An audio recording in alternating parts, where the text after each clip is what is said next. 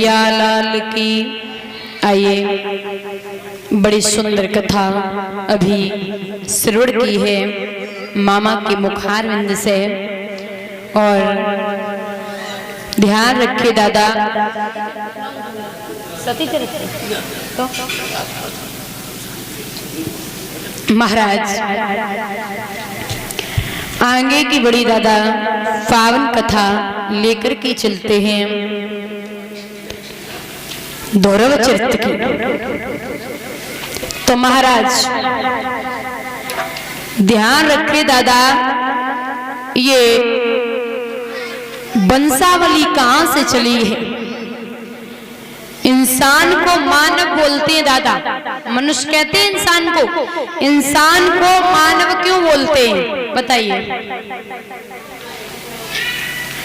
इंसान को जो मानव बोलते हैं ना, ये क्यों बोला जाता है दादा? मैं बताऊं कि आप और हम दादा मनु मैया शतरूपा की संतान है। मनु महाराज की संतान है आप और हम, इसलिए मनु से ही इंसान को मानव बोलते हैं। इंसान का नाम मानव इसलिए पड़ा, हर एक इंसान को मानव बोला जाता है, ये मनु से शब्द चला है। तो दादा मनु महाराज की 3 बेटियां थीं और 2 बेटे थे। बेटियां थी आकहुति, देवहुति और प्रसहुति।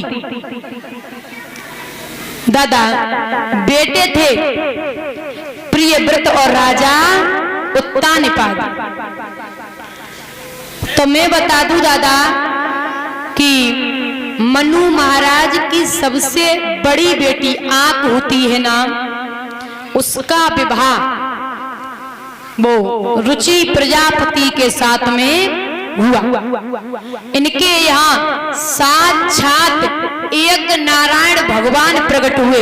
यज्ञ जानते हो, जो आप यज्ञ कर रहे हो, ये आकहुति के आंगन में प्रकट हुए साक्षात। और यज्ञ भगवान की पत्नी का नाम क्या है? यज्ञ भगवान का विवाह किसके साथ हुआ? दक्षिणा नाम की कन्या के साथ। इसीलिए दादा बोला जाता है कि बिना दक्षिणा के यज्ञ पूर्ण नहीं होता। ये जोड़ा होता है, यज्ञ भगवान की पत्नी है, दक्षिणा दोगे तभी यज्ञ पूर्ण होगा। और महाराज सुखदेव बाबा वर्णन करते हैं, दूसरी बेटी है मैया देवहुति, जिसकी 9 बेटियां हैं। एक बेटी है अनसुईया, जो अत्र मुनि के लिए विभाई गई। तो अत्र मुनि देवियों तपस्या करी है, कोई संतान नहीं थी। भगवान प्रसन्न हुए, जवाब दियो मांग ले। वो अत्र ने कहा प्रभु मुझे पुत्र की आशा है। बोले ठीक है। प्रकट हुए ब्रह्मा विष्णु महेश, तीनों देवों ने हाँ बोल दिया। तो अत्र बोले नहीं नहीं प्रभु, मुझे एक संतान की जरूरत है।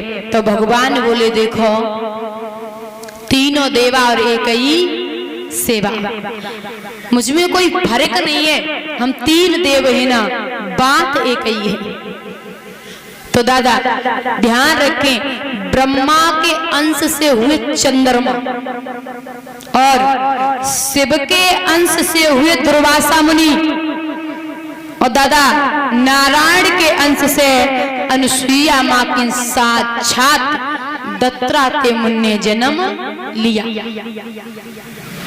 मैया अनुसुईया के गर्भ से दत्तात्रेय मुनि का जन्म हुआ। और वो दत्तात्रेय मुनि थे ना, एक बहुत बड़े ऋषि थे। जिन्होंने स्वयं जब तक संसार में रहे हैं ना, तो हर एक चीज को गुरु बना करके इन्होंने कुछ न कुछ सीखा ही है। पहला गुरु बनाया मैया पृथ्वी को, दूसरा वृक्ष को, और सीखा क्या दादा कि ये मैया पृथ्वी है, लोग पृथ्वी पे गड्ढे भी कर देते हैं, मलमूत्र भी त्यागते हैं, ये माँ कभी आपसे कुछ कहती? बताइए, कभी नहीं कहती। पृथ्वी को गुरु बना के सीखा। और दादा फल, वृक्ष फल देते हैं ना, तो स्वयं तो खाते नहीं, कौन खाता? आप और हम। वृक्ष कितने परोपकारी हैं, देखिए, वृक्षों को गुरु बना के सीखा, एक भमरे को गुरु बना के सीखा। पुष्प के आसपास भमरा हमेशा घूमता रहता है दादा, ऐसे एक मकड़ी को गुरु बनाया, एक भृंगी को गुरु बनाया, 25 गुरु बना करके इन्होंने कुछ ना कुछ सीखा है। श्री सुखदेव बाबा वर्णन करते हैं, सबसे छोटी बेटी है मनु महाराज की प्रसूति। प्रसूति दक्ष प्रजापति के लिए विवाही गई, उनकी बिटिया हुई सती, जो भोले बाबा के लिए विवाही गई थी। ये प्रसूति की बेटी थी। और सुनो दादा, प्रसूति की एक बेटी नहीं थी, प्रसूति की 16 बेटियां थी। 13 बेटियां धर्म को विवाही, जो आप धर्म करते हो ना, और एक बेटी दादा पितरों को विवाही, जिसका नाम है सुधा, और स्वा नामक पत्नी है वो अग्नि देवता को विवाही। क्योंकि अग्नि में बोलते हो स्वा, तो ये अग्नि देवता की पत्नी है स्वा नामक। इस प्रकार से दादा ध्यान रखें, मैंने तीनों बेटियों के बारे में बता दिया। अब 2 बेटे हैं, प्रियव्रत और राजा उत्तानपाद। प्रियव्रत दादा बड़े तेजस्वी थे। इन्होंने देखा कि रात्रि क्यों हो जाती, सारा समय लोग सो करके बर्बाद कर देते हैं, मैं रात्रि नहीं होने दूंगा। इन्होंने 7 दिन तक रात्रि नहीं होने दी। ब्रह्मा जी आए, जवाब दिया, पागल हो लाला, अरे प्राकृत की कोई भी चीज व्यर्थ नहीं होती, ये प्राकृत की चीजें हैं, आप इन पर रोक मत डालिए। पता है ना, दुनिया में ऐसे ऐसे लोग हैं मैया, जो पूरे दिन मेहनत मजदूरी करते हैं और शाम को भोजन पाकर के विश्राम करते हैं, और आप ऐसा क्यों कर रहे हो, रात्रि नहीं होने देते हो, तो विश्राम कब करेंगे? मान गए हैं प्रियव्रत। और वहीं राजा उत्तानपाद दूसरे। तो महाराज ध्यान रखें, उत्तानपाद किसे कहते हैं? उत ऊर्ध्वपाद्यो सा उत्तानपाद्या, जिसके ऊपर को पैर हो, नीचे को सर हो, उसी को उत्तानपाद कहते हैं। क्योंकि बच्चा जब माँ के गर्भ में होता है ना, तो कैसा होता है? उल्टा, ऊपर को पैर होते, नीचे को सर होता। बच्चा माँ के गर्भ में उल्टा होता है। तो यहाँ जितने भी बेटे हैं ना, सब उत्तानपाद हैं। महाराज राजा उत्तानपाद बड़े अच्छे राजा हुए, जिनके राज्य पे शेर और बकरी एक ही घाट पे पानी पीते थे।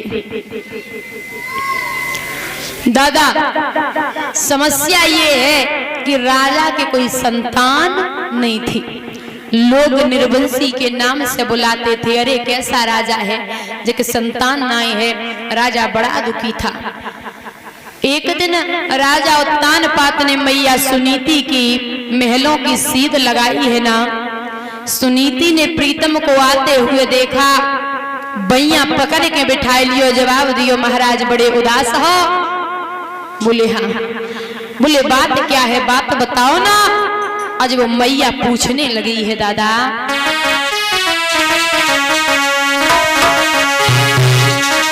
कि आरे कर जोरी पूछ रही पंच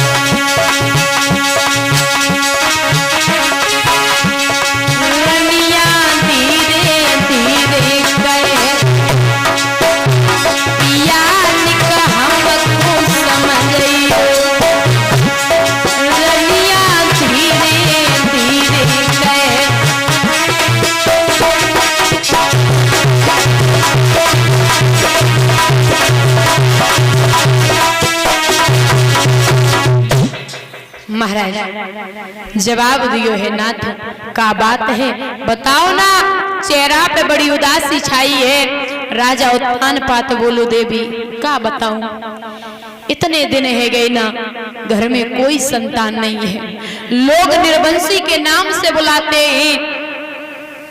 रानी रोने लगी। राजा बोले कभी कभी मन करता है ना कि जंगल में भजन करने के लिए चला जाऊं, लेकिन मन में भी विचार आता है कि तेरी सेज सूनी रह जाएगी। मैया ने पैर पकड़ लिए, जवाब दियो, रे नाथ आप मुझे छोड़ के नहीं जा सकते,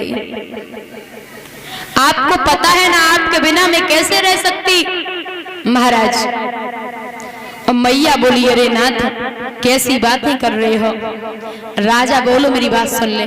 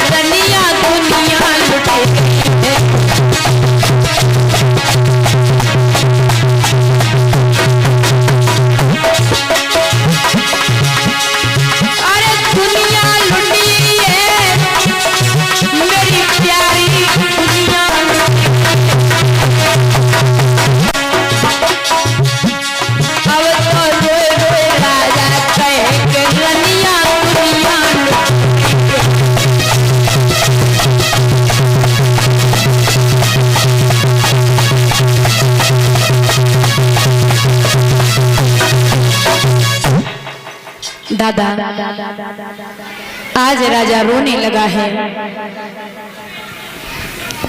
मैया समझाने लगी, रोने लगी, अरे नाथ ये तो नसीब की बात है। और कहते हैं दादा देवियों भगवान की भी लीला निराली है। मैया काऊ काऊ के घर में भगवान इतने लली लला दे दे तो मैया इकट्ठो नहीं करे पाती सही में। और काऊ काऊ घर में एक बिटी ना काऊ काऊ घर में मैया सवेरे ढींढे थी शाम खट्टो कत्ती गिनती नहीं आती, पता ही ना है क्या जब तक होइए के घरे आइए। और कहूँ को बिटी ना कहूँ को मैया नहीं के तरह पालन पोषण नहीं कर पाती बच्चन को हैं। मम्मी लिपस्टिक लगाए बैठी नला नाक धरे फिर रही।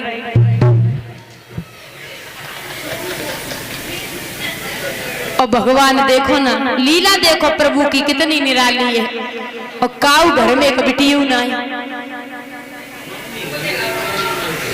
श्री सुखदेव भगवान वर्णन करते हैं, हे राजन परीक्षित, और कहते हैं माताओं, जीवन के 3 दिन बड़े अच्छे होते हैं दादा। जीवन के पूरी जिंदगी बीत जाए, लेकिन जीवन के 3 दिन हर एक इंसान के लिए बहुत अच्छे होते हैं। चाहे कितना भी कष्ट हो, चाहे शरीर का कष्ट हो, चाहे परिवार का हो, लेकिन जिंदगी के 3 दिन बड़े अच्छे होते हैं हर एक इंसान के। पहला, शादी हुए के कामिनी घर